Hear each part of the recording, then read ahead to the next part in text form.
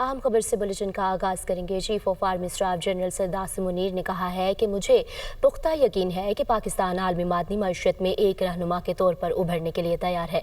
इस्लामाबाद में mineral investment forum से खिताब में सिपा सलार ने आलमी इदारों को दावत दी कि वसाइल की तरक्की में सरमायाकारी और शराकत दारी करें।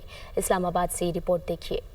पाकिस्तानी अवाम के पैरों के नीचे वसी मादनी ज़खायर, हाथों में महारत और शफाफ मादनी पॉलिसी, मायूसी और बेअमली की कोई गुंजाइश नहीं। Army chief general Syed Asim Munir का पाकिस्तान मिनरल इन्वेस्टमेंट फोरम से खिताब। आर्मी चीफ ने कहा, इक्तिसादी सलामती कौमी सलामती के एक अहम जुज के तौर पर उभरी है। हम पाकिस्तानी बैक आवाज शराकतदारों और सरमायाकारों को यकीन दिलाते हैं कि कारोबार और मादनी दौलत से इस्तेफादा करने के लिए आपकी महारत से मुस्तफीद होना हमारी इज्तिमाई कौमी ख्वाहिश है। आप पाकिस्तान पर पुरएतमाद पार्टनर के तौर पर भरोसा कर सकते हैं। पाक फौज अपनी शराकतदारों और सरमायाकारों के मफादात और एतमाद के तहफ़्फ़ुज़ के लिए मजबूत सिक्योरिटी फ्रेमवर्क और फाल इक़दामात को यकीनी बनाएगी। अपस्ट्रीम और डाउन स्ट्रीम मादनी सनतों की तरक्की को भी यकीनी बनाया जाएगा। ये बात अहम है कि लागत को बेहतर बनाने के लिए रिफाइनिंग और वैल्यू एडिशन में सरमायाकारी की जाए। आर्मी चीफ का कहना था, पाकिस्तान की मादनी दौलत की तलाश के लिए इंजीनियर, जियोलॉजिस्ट, ऑपरेटर और बहुत से माहिर कारकुन दरकार है। तुलबा को बैरून मुल्क तरबियत के लिए भी भेज रहे हैं। इस वक्त बलूचिस्तान के 27 तुलबा